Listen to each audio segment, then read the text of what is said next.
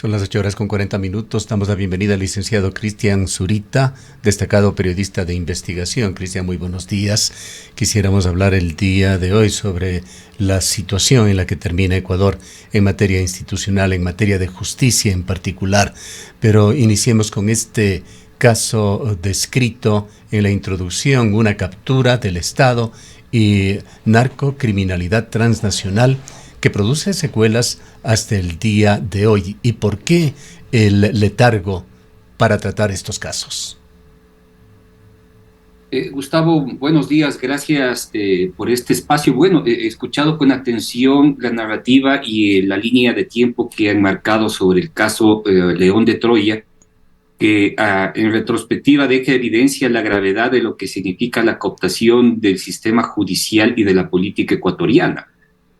Creo que al caso aún le falta una serie de contextos que explican las condiciones por las cuales sucedieron estos hechos. Y en primera instancia hay que establecer cómo es que este grupo de crimen organizado albanés termina siempre cooptando a las altas autoridades policiales que trabajaban en la zona 8. Se debe entender que los acuerdos existentes entre los albaneses pasa por acuerdos con los jefes y los líderes policiales de la zona 8. Y eso es lo que se evidencia el día de hoy con la captura de la ex comandante general de policía, Tanya Varela. De hecho, existía información nunca hecha pública, más bien tratada como secreto a voces dentro de la institución, que en cierto momento, cuando ella aún ejercía el cargo más alto dentro de la institución, se logró grabar una conversación en la cual ella se solidarizaba con la esposa de uno de los albaneses que había fallecido en un accidente de moto entre Guayaquil y Manta, y pues resultaba ser el segundo líder de este grupo. Y esa información, por ejemplo, nunca ha sido identificada, nunca ha sido mencionada dentro de los casos en los cuales directamente ha estado relacionada u otros jefes policiales en la zona 8. De tal manera que lo que existe es una estructuración que pues se fue primero apalancando en líderes policiales, en altas autoridades, para que permitan luego un hecho de acuerdos en la política al más alto nivel. De hecho, para septiembre de 2022 ya se entendía con claridad qué es lo que había sucedido o qué es lo que estaba pasando con este grupo y su relación con Jorge Chávez y la relación de Jorge Chávez con el cuñado del presidente de la República, ¿sí? Y pues se arma un informe con respecto a estos temas y se le lleva al presidente de la República, Guillermo Lasso, que pues por alguna circunstancia él nunca ha terminado de explicarlo, ni creo que lo haga, cómo es que efectivamente dejó que simplemente los hechos terminaran luego en su destitución. ¿Sí? Así que, pues, creo que aún nos queda una serie de contextos que no son conocidos y que, pues, no se han logrado explicar ni por las autoridades de su momento, ni por el periodismo, ni por sujetos que de alguna manera, pues, participaron indirectamente en el caso. Jorge Chávez juega un papel preponderante, no creo dentro del caso, sino de lo que significa las importantes amistades que mantenía en Guayaquil. Sí, Guayaquil es una sociedad por demás pequeña y cerrada en la cual todos se conocen. Y Chávez de alguna manera era parte de estos grupos gracias a la cercanía que mantenía con su gran amigo, ¿sí? Y pues tal vez allí existen una serie de condiciones que todavía se pueden explicar.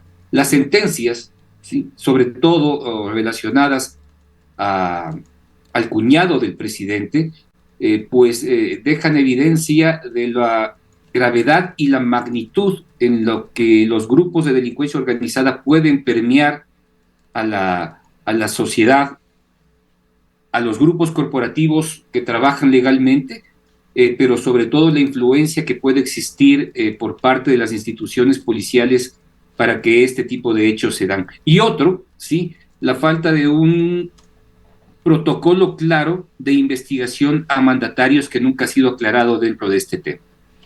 Licenciado Zurita, muy buenos días. Pues precisamente una de las controversias de este caso pasó por la difusión de información que en su momento fue considerada o estaba establecida como restringida, información que altos mandos policiales le habrían entregado al propio presidente de la República y luego de un tiempo información que habría sido entregada a los periodistas, y esto de alguna manera desató no solamente el conocimiento más amplio de hasta dónde podía llegar o hasta dónde estaba llegando este caso, pero además otro tipo de investigaciones paralelas.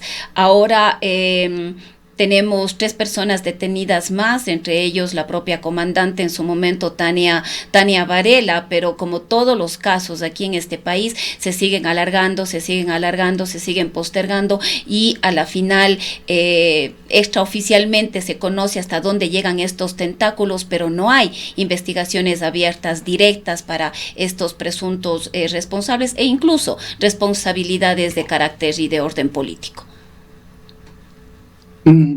Sí, no es una pregunta sencilla. Yo diría que existen varios vectores o líneas que se terminan relacionando indirectamente, sí, y que terminan apalancando los intereses de un grupo que pasa primero por el crimen organizado, ¿no es cierto? Y la impunidad para poder hacer negocios de forma libre.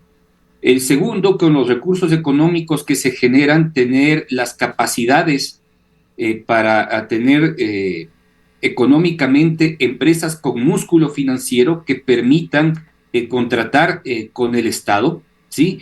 Más la presencia de personas cercanas al presidente de la República, como fue Danilo Carrera, que abran un camino en las empresas públicas que necesitan importantes procesos de contratación, ¿sí? Todo esto se ha unido y termina generando un cuerpo que parecería que camina con vida propia, pero que en realidad también representan intereses individuales que generan tensiones dentro de este grupo.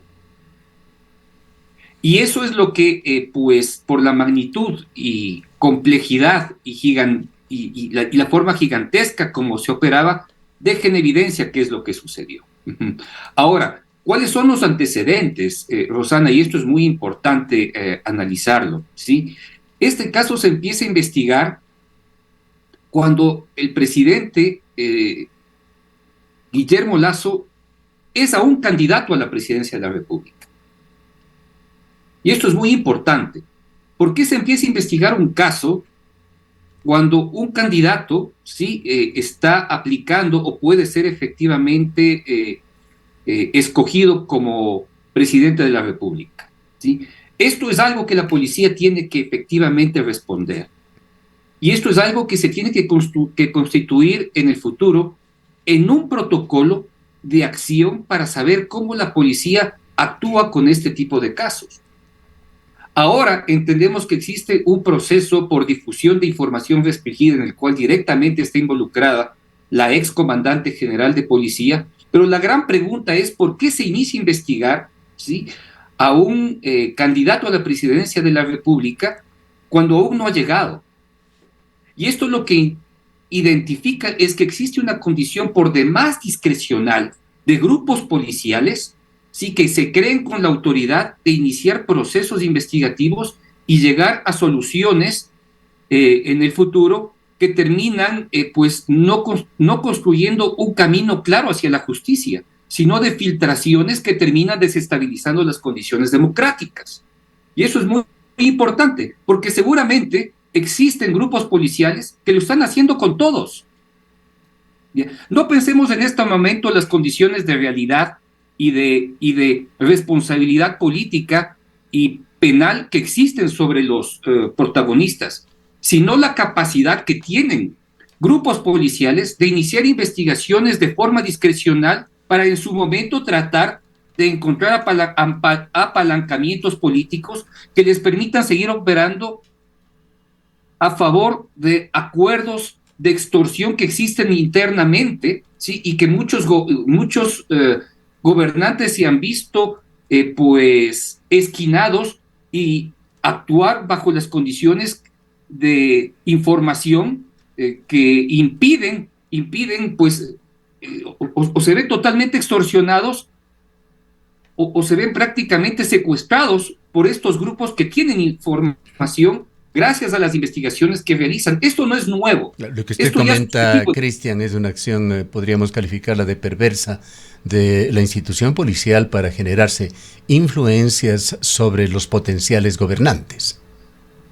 Exactamente. Y cuando se descubrió que el caso ya tenía la suficiente fuerza, hay que preguntarse qué hizo la Fiscalía General del Estado para archivar ese caso. ¿Y por qué lo hizo? Y esa respuesta nunca la hemos tenido.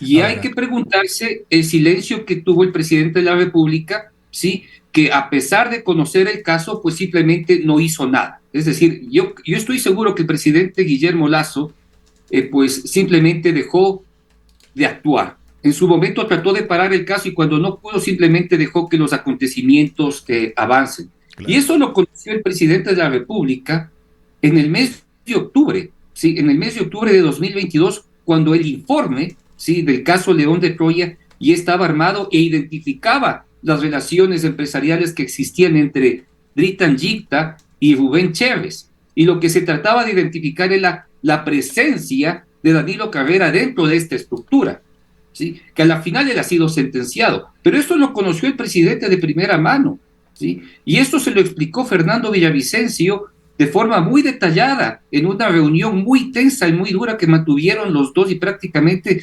significó la ruptura entre ellos, porque le dijo: yo no voy a defender estos hechos, ¿sí? Y le explicó y le entregó el informe que Fernando Villavicencio se lo entregó luego a la embajada americana.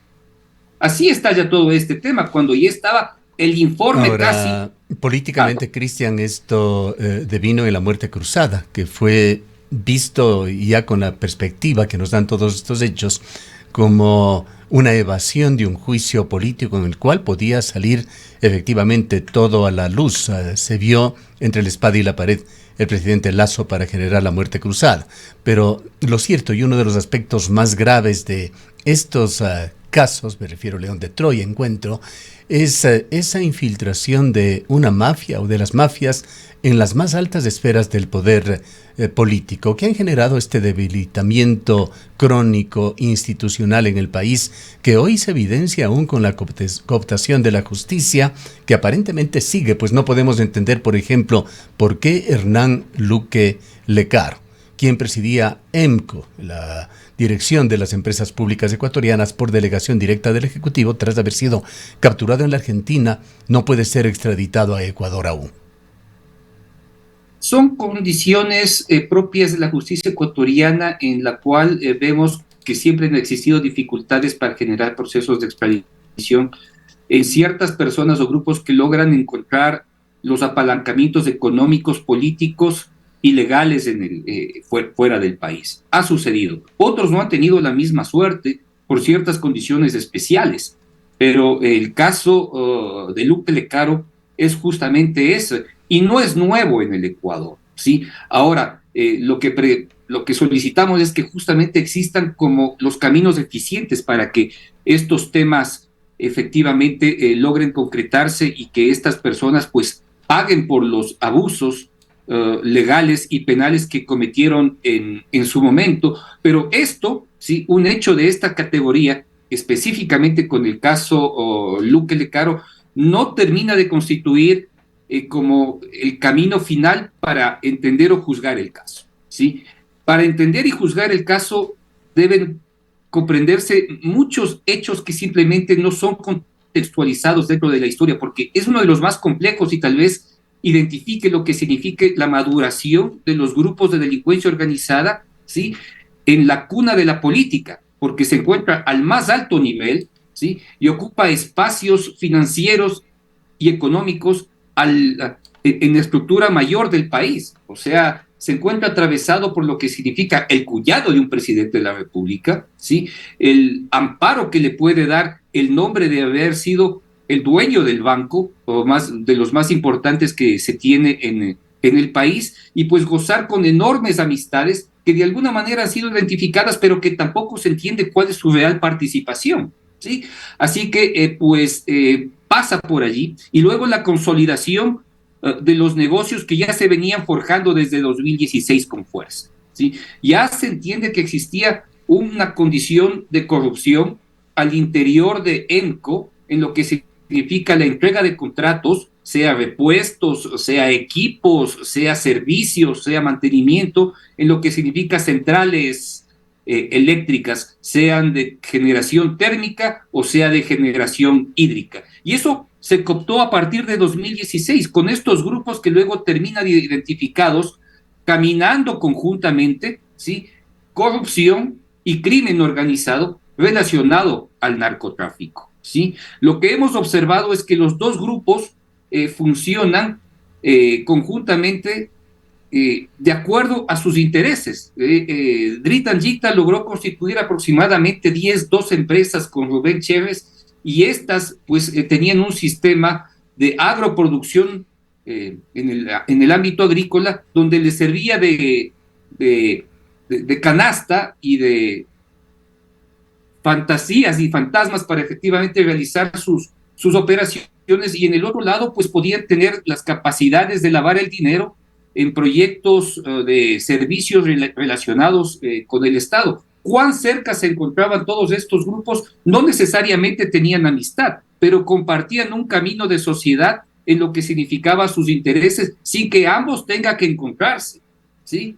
El tema es que hasta el presente, ¿sí?, estos detalles no han sido aún totalmente entendidos ni desmadejados, ¿sí?, por parte de lo que significa la justicia y sobre todo los medios para entender las relaciones. Lo que hemos observado es un proceso de polarización en la cual también intervienen grupos de interés que se han beneficiado tremendamente de estos procesos, ¿no? Y que debido a las distorsiones informativas que se han generado por quienes impulsaron estos casos, también deja muchos vacíos, ¿sí? Que a la postre entendemos que existe una línea, pero no los detalles.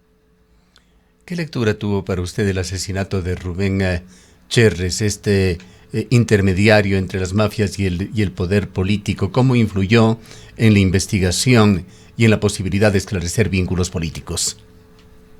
Bueno, es clarísimo el conocimiento de Chévez sobre los hechos. Fue socio de Dritan Yik, aproximadamente 10 empresas constituyeron, y él utilizó el cobijo de Chévez para realizar una serie de actividades, y cuando él queda en evidencia y trata de escapar, lo identifican y lo asesinan. Mucha gente de las élites en Guayaquil han señalado que se trata de un caso por demás coincidente, que simplemente uno de los guardias de la urbanización donde fue encontrado pensó que tenía dinero, fue a buscar y simplemente los mataron. Obviamente esto es una lectura por demás ingenua, ¿sí?, boba, y no entender que detrás de él conocía absolutamente todo, tantos nombres, tantas relaciones, que en caso de ser capturado,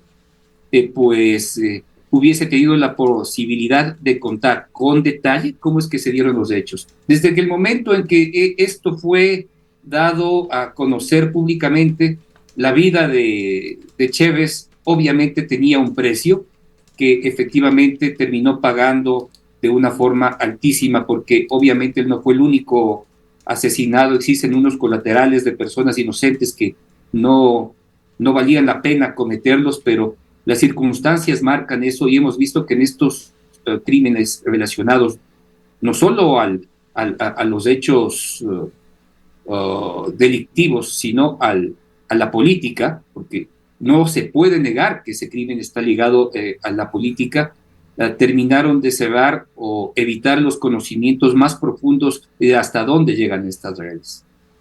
La cronología de los hechos también es muy importante. Estos se dieron fundamentalmente en el año 2021, me refiero a la investigación policial que luego fue suspendida. Y el caso retomó vida en el año 2023 tras las revelaciones periodísticas de La Posta. Usted señalaba que Fernando Villavicencio tuvo una reunión sumamente tensa con el presidente Lasso. ¿Estaba Lasso ya en la presidencia de la República o estaba de candidato cuando se dio esta reunión? Esto sucede en el cuarto trimestre de 2022, ¿sí? Es decir, era ya presidente de la República y el informe ya se encontraba listo, ¿sí? Antes de las revelaciones de La Posta. Desde las revelaciones, lo que se entiende es que por alguna circunstancia el informe reservado que realizó Fernando Villavicencio terminó en manos de La Posta, ¿sí? Y lo que hace La Posta es básicamente revelar el informe que hace Fernando Villavicencio. Y el informe que Villavicencio le entregó al presidente de la República, a Guillermo Lasso, ¿sí? Y el que le entregó a la embajada americana, ¿sí? Esto para octubre, noviembre, y era totalmente evidente, y pues ahí se identifica con claridad toda la estructura de Dritan Yikta, toda la estructura levantada en razón de su relación con Rubén Chévez, la presencia de grupos policiales y la presencia de la relación posible que existe entre Tanya Varela y los albaneses, ¿sí?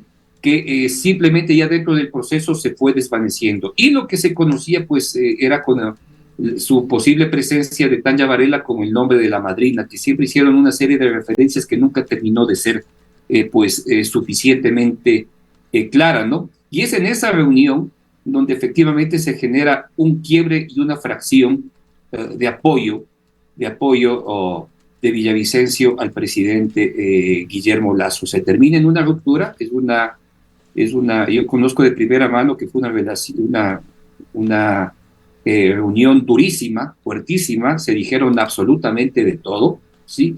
Y pues él continuó con el caso hasta presentar su informe en la comisión de fiscalización. Ahora, existen una serie de obstáculos que se van creando hasta la llegada de la muerte cruzada, en la cual todos juegan un papel por demás ambiguo. Si, por ejemplo, la Corte Constitucional juega un papel por demás ambiguo, ordena el enjuiciamiento del presidente de la República no por el caso León de Troya, sino por el caso Flopec, que era de lo más absurdo y de lo más incoherente que se puede entender en una estructura jurídica que pues tiene el más alto nivel en el país. Así que existen una serie de críticas, una serie de errores que se han cometido por falta justamente de entender un proceso y un protocolo de manejo de estos tipos de casos relacionados al poder político al más alto nivel. Y aspiremos que en el futuro las autoridades tengan la capacidad de armar un sistema de investigación y protocolo de lo que significa investigar al presidente, a la familia del presidente y sus posibles relaciones con el narcotráfico. Y eso es lo que hasta ahora pues no tenemos. Es decir, estamos a puertas de que pueda suceder lo mismo en el futuro y pues yo creo que eso le hace un pésimo favor a la democracia ecuatoriana.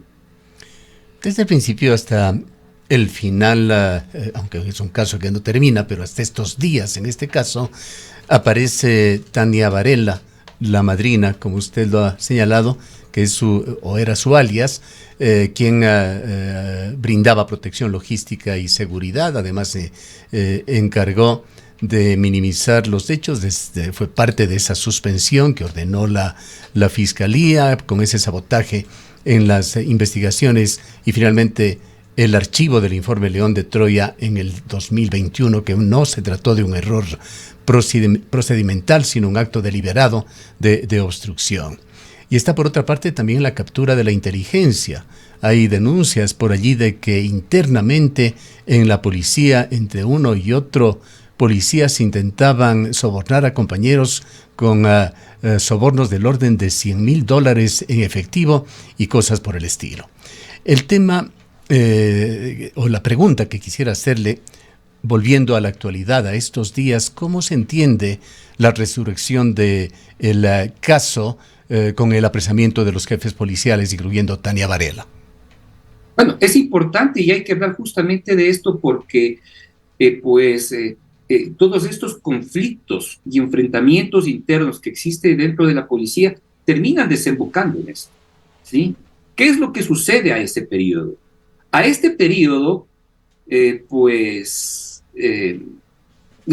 que recordar que la inteligencia, el sistema de inteligencia policial y el civil, como era el Centro de Inteligencia Estratégica, aún se encontraban manejados por los grupos del ex ministro José Serrano, ahora involucrado en una serie de hechos brutales que entendemos la magnitud de lo que significaba la maldad de este sujeto, ¿sí?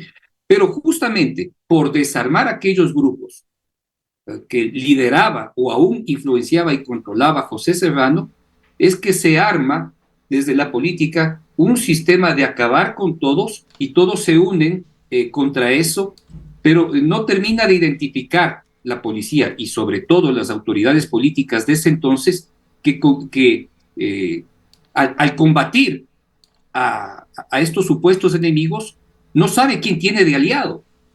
¿Y a quién tenía de aliado en su lucha contra Serrano? Tenía de aliado a una persona que trabajaba ya con el crimen organizado, que es Tania Varela. Y eso no pudieron verlo en su momento, ¿sí? Entonces, cuando se logra de alguna manera observar, ¿sí?, este velo, o mirar allá de este velo, pues se da cuenta que pues los grupos de los altos niveles policiales se encuentran filtrados por todos. ¿Y qué hace allí? Pues lo único que queda es el silencio, hasta que de alguna manera estalle estos temas. Ya había estallado el país en lo que significa la brutal violencia, en el manejo de las cárceles. Pero eso es un proceso de gestación que viene desde el 2014, que termina de consolidarse 4 años después en el 2018, fines del 2018, ¿sí? Y la consolidación luego de la pandemia, ¿sí?, de los grupos de delincuencia organizada. Y aparecen estos nuevos grupos. Entonces, hasta ese momento, hasta ese año, no había una claridad de la que podemos tener ya a fines del 2025, de cómo estos grupos se habían enquistado, ¿sí?, en el manejo real de la sociedad y en la capacidad de influir sobre las autoridades policiales. Es por eso que ahora, si miramos en retrospectiva, lo que deberíamos preguntarnos es que los líderes policiales, los jefes que están sobre todo en la zona 8, deben estar sometidos constantemente a procesos y pruebas de confianza y identificación clara de las relaciones, porque sabemos que allí se juegan los principales intereses del crimen organizado. Entonces, jefes policiales en Manabí, jefes policiales en la zona 8 del Guayas, jefes policiales en El Oro, tienen que estar constantemente sujetos a pruebas de confianza e investigaciones internas que vayan desde lo político, desde lo civil, ¿sí?, y la policía internamente, para saber cuáles son las relaciones que pueden ir construyendo con el crimen organizado en el futuro. ¿Cuál le considera usted puede ser o debe ser la deriva de este caso hoy ventilado nuevamente en la justicia en el marco del caso Encuentro? Bueno, Danilo Carrera está sentenciado y más alto no creo que se puede llegar.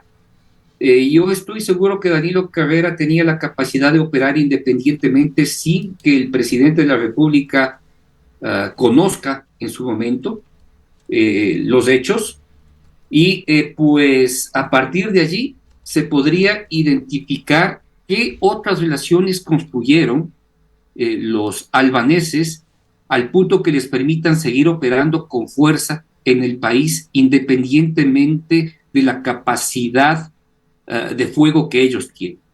Porque obviamente existe un camino y una serie de licencias que tienen para operar en el Ecuador y en otros espacios. De hecho, son quienes tienen la capacidad de controlar el mercado de la cocaína en Europa, ¿sí? Controlan los puertos del Mediterráneo, sea en Turquía, sea en otros países más hacia el Medio Oriente, y pues hemos visto la capacidad de manejar hechos por demás violentos que evidencian su capacidad de control en países como Bélgica y Alemania, de tal manera que no estamos aquí hablando de cualquier cosa, ¿sí? Y para que ellos puedan actuar de esa manera en Europa, pues debemos entender que aquí tienen una enorme capacidad de acción, aún con rutas seguras dentro de lo que significa la contaminación de contenedores en los diversos puertos. No es una pelea sencilla, es una pelea por demás difícil. O sea, ¿quién tiene la capacidad, en las circunstancias que nos encontramos, de encontrar las fórmulas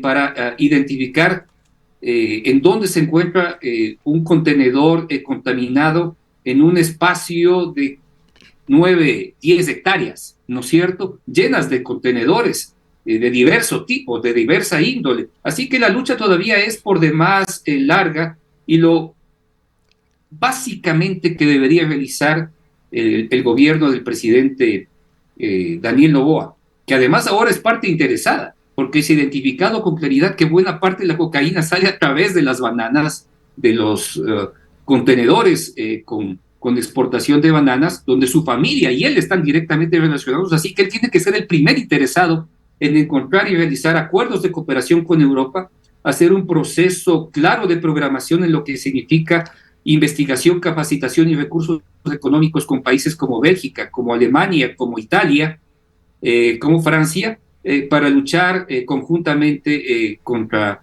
este azote que no solo es un tema ecuatoriano y colombiano. En la parte final de este diálogo, Cristian, con frecuencia políticos ecuatorianos, sobre todo analistas, hablan de que Ecuador es un país ingobernable, insinuando el grado de culpabilidad que el pueblo ecuatoriano tiene dentro de esto, pero quizá la principal culpa del pueblo ecuatoriano está en las definiciones de a quién elige. Pues si analizamos los últimos gobiernos, es realmente lamentable el saldo. Correa, prófugo sentenciado por la justicia. Su vicepresidente, Jorge Glass, en la cárcel del Encuentro. Lenín Moreno, juzgado por cohecho. Lazo, visiblemente involucrado, al menos por omisión culposa, en el caso sobre el que hemos hablado esta mañana. Para su última respuesta, quizá, empecemos analizando el caso de Jorge Glass. Bueno, se ha solicitado su liberación a través de un habeas corpus reclamando condiciones a su salud, pero hay que recordar que Glass prácticamente estuvo un año libre, ¿no? Un año libre más los 40 días en la primera libertad que tuvo entregado por el famoso juez de Manglar Alto, ¿sí? El juez Diego Moscoso, si no olvido el nombre, que liberó y luego se identificó sus relaciones con la Revolución Ciudadana.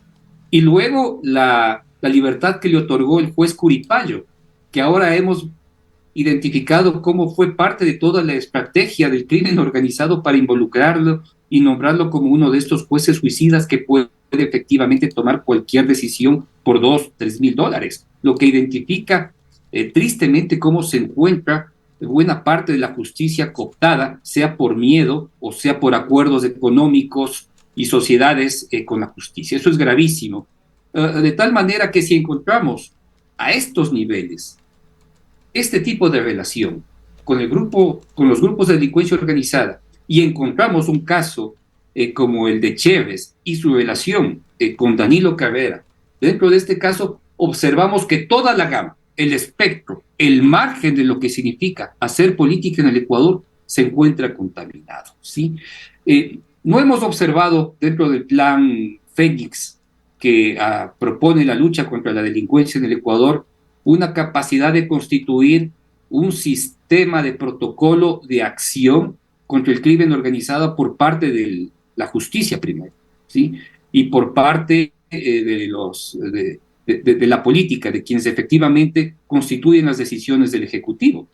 Lo que hemos observado en los últimos días es cómo efectivamente la justicia, el nivel de lucha contra el crimen organizado y corrupción ha sido ya cooptado por el propio jefe del Consejo Nacional de la Judicatura, el doctor Godoy, ¿sí? Con su relación en la defensa justamente de albaneses. Esto no tiene nombre. Y lo que identifica es que gracias por hacerlo público, pero el tema es cómo vamos a salir de esta basofia que se llama justicia y política cooptada por el crimen organizado. De tal manera que las condiciones futuras no son para nada sencillas, son extremadamente complejas, difíciles, y aún no existe un acuerdo nacional para constituir los caminos y los protocolos de lucha interna a la justicia, al Ejecutivo, ¿sí? De la infección e influencia de estos grupos. Y luego pues ya se verá cómo se los combate en las calles, que obviamente es un proceso por demás largo, doloroso, sangriento, que es el que nos ha propuesto el gobierno nacional. Bien, muchísimas gracias por haber estado con nosotros, Cristian. Gracias, Gustavo, por este espacio y esta entrevista tan difícil. Muchísimas gracias al licenciado Cristian Zurita, quien ha escuchado. Él es periodista de investigación, fue candidato a la presidencia de la República, reemplazando a Fernando Villavicencio tras su asesinato. Cristian Zurita es un referente del buen periodismo en Ecuador. Son las 9:17 a.m.